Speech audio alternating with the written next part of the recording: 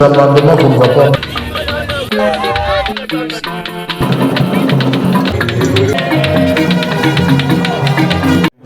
Merci beaucoup. Au fait, c'est une loi rectificative qui vient répondre à un besoin.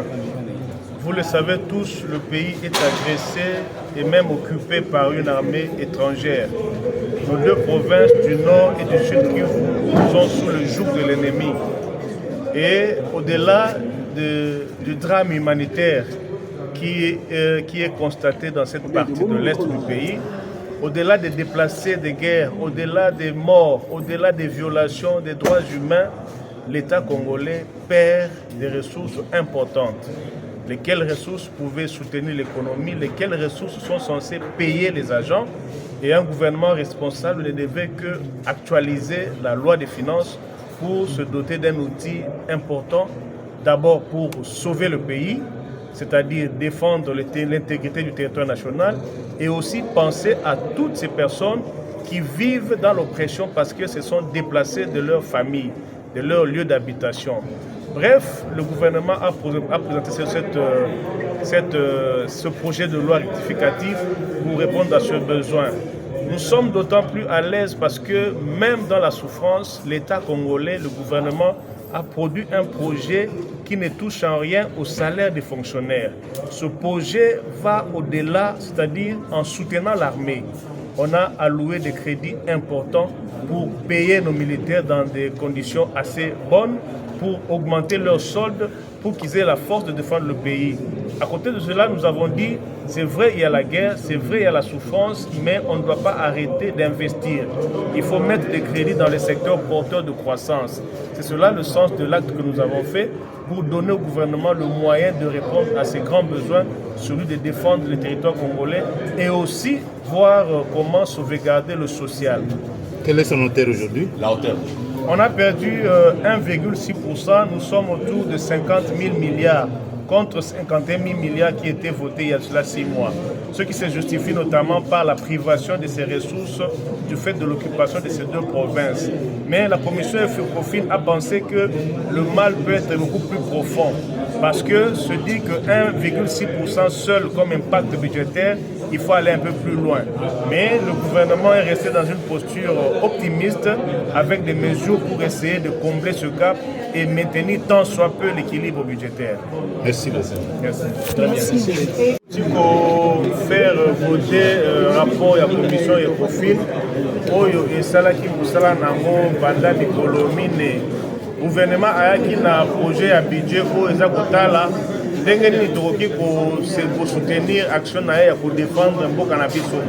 Oyebi yango mboka eza agressé par Rwanda, ma province na biso mibale eza na maboko ya banguna, ce qui fait que même bamakoki oyo eutaka na barecette ebele moyen koto eza lisusu te. Yango wana gouvernement aye na projet oyo ya korectifier loi initiale ya finance po ete topesa makoki na bapika na biso ya armée po babundela ekolo, mais eloko sepeli nango totali que social ezala toujours maintenu, basalaire ya baenseignant, basalaire ya bato nyonso, surtout basolde ya bamilitaire emati po ete militaire azwa makoki ya kobundela ekolo. Yango wana Assemblée nationale evote loi wana totindi yango na Sénat po ete Sénat esala mosala nango na makonzi apublie loi rectificative ya budget.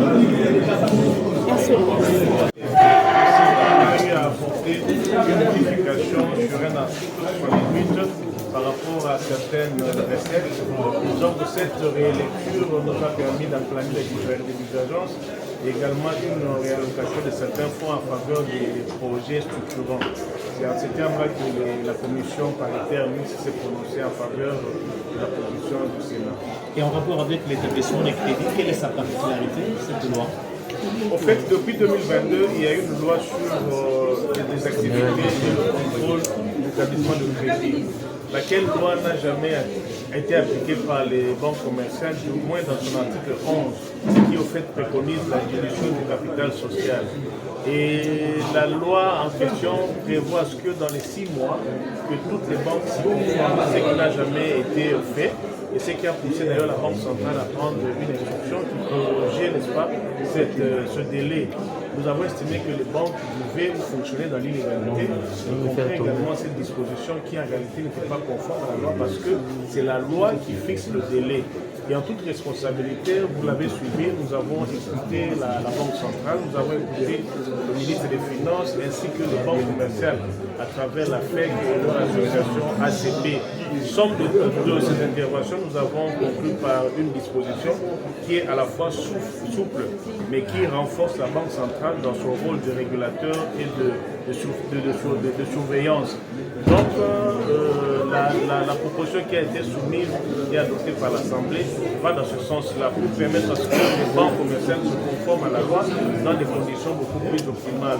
Sachant que dans le secteur bancaire, il y a des banques de référence, il y a des banques systémiques, comme on les appelle ainsi, qui, une fois, ont un problème, c'est tout le secteur qui est assez perturbé.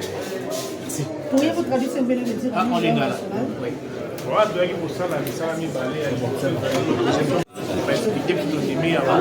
Et puis deuxièmement, pour ça la loi où Italie la banque, loi où ils ont en vigueur il y a 2022, la banque et tout ça a monté pour la production de la carte de moi makasi mingi.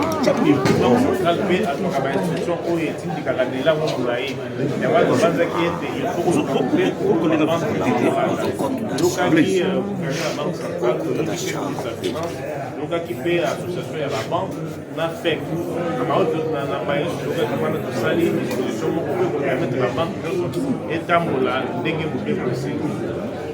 Oui, c'est Citibank ou le rapport à la banque de Misso pour que ça ait que tu l'as dit que dans la banque, ou dans la banque, nous sommes dans mon côté.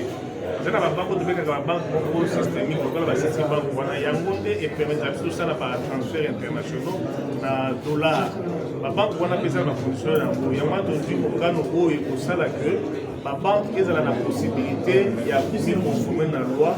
Mais tout en gardant la Banque centrale, on a pas prérogative à ma pour la régulation, la surveillance de la banque commerciale. Comme on peut voir depuis 2022, c'est les banques ont voté dans la bourse pour la commission pour laquelle on a pas de S'il vous plaît, encore. À l'Assemblée nationale, avant que les rideaux ne se referment le dimanche 15 juin sur la session ordinaire de mars 2025, les députés nationaux ont débuté les travaux par l'audition du rapport de la Commission économique, financière et contrôle budgétaire sur la proposition de loi relative à l'activité et au contrôle des établissements de crédit, ainsi que de celui de la Commission mixte Assemblée nationale Bar-Sénat sur la loi des finances rectificative.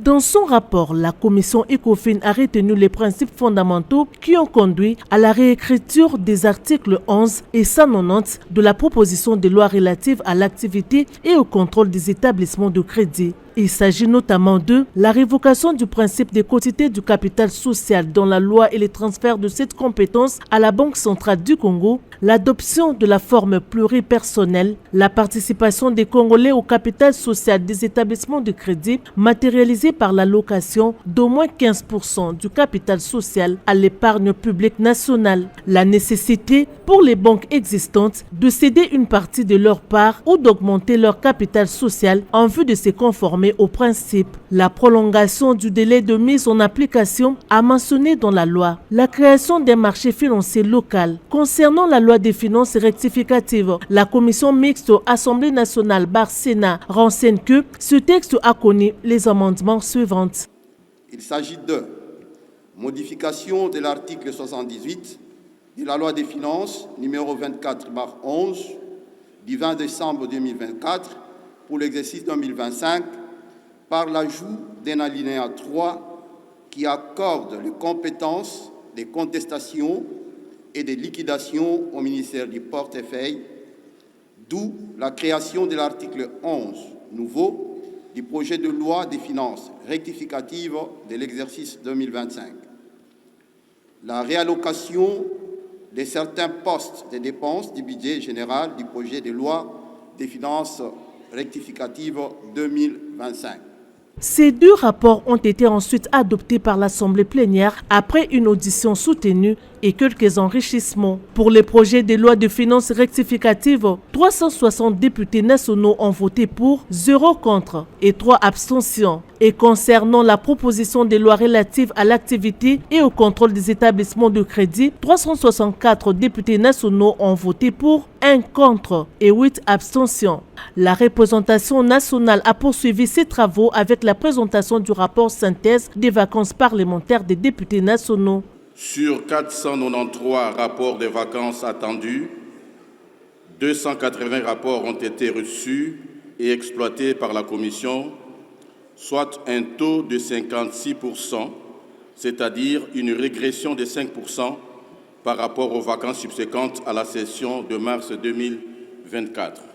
Concernant les rapports déposés dans le délai du règlement intérieur, soit 15 jours après l'ouverture de la session subséquente, sur 280 rapports reçus, 206 ont été déposés dans le délai, contre 74 hors délai. Ce rapport a été adopté par les élus du peuple qui ont par la même occasion formulé quelques propositions à la commission temporaire mise en place pour son élaboration pour que les problèmes évoqués ne restent pas lettre morte. Avant de décréter les huis clos en rapport avec la présentation du rapport de la commission spéciale et temporaire chargée d'examiner les réquisitoires du procureur général près la Cour de cassation aux fins d'autoriser des poursuites judiciaires contre le ministre de la Justice et la présentation du projet du budget de l'Assemblée nationale pour l'exercice 2026, la plénière a auditionné le rapport du bureau sur les initiatives législatives, le contrôle parlementaire, le contrôle budgétaire et l'exécution des résolutions et recommandations.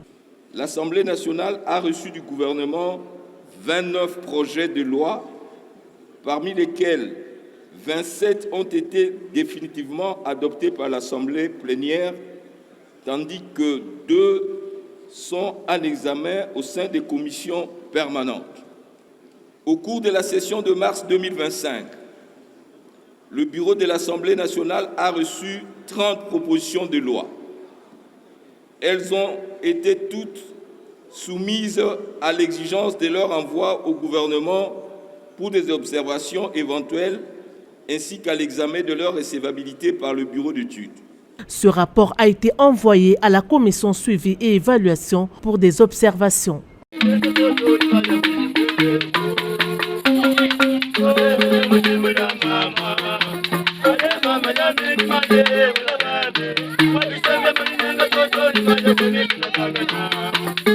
Mama,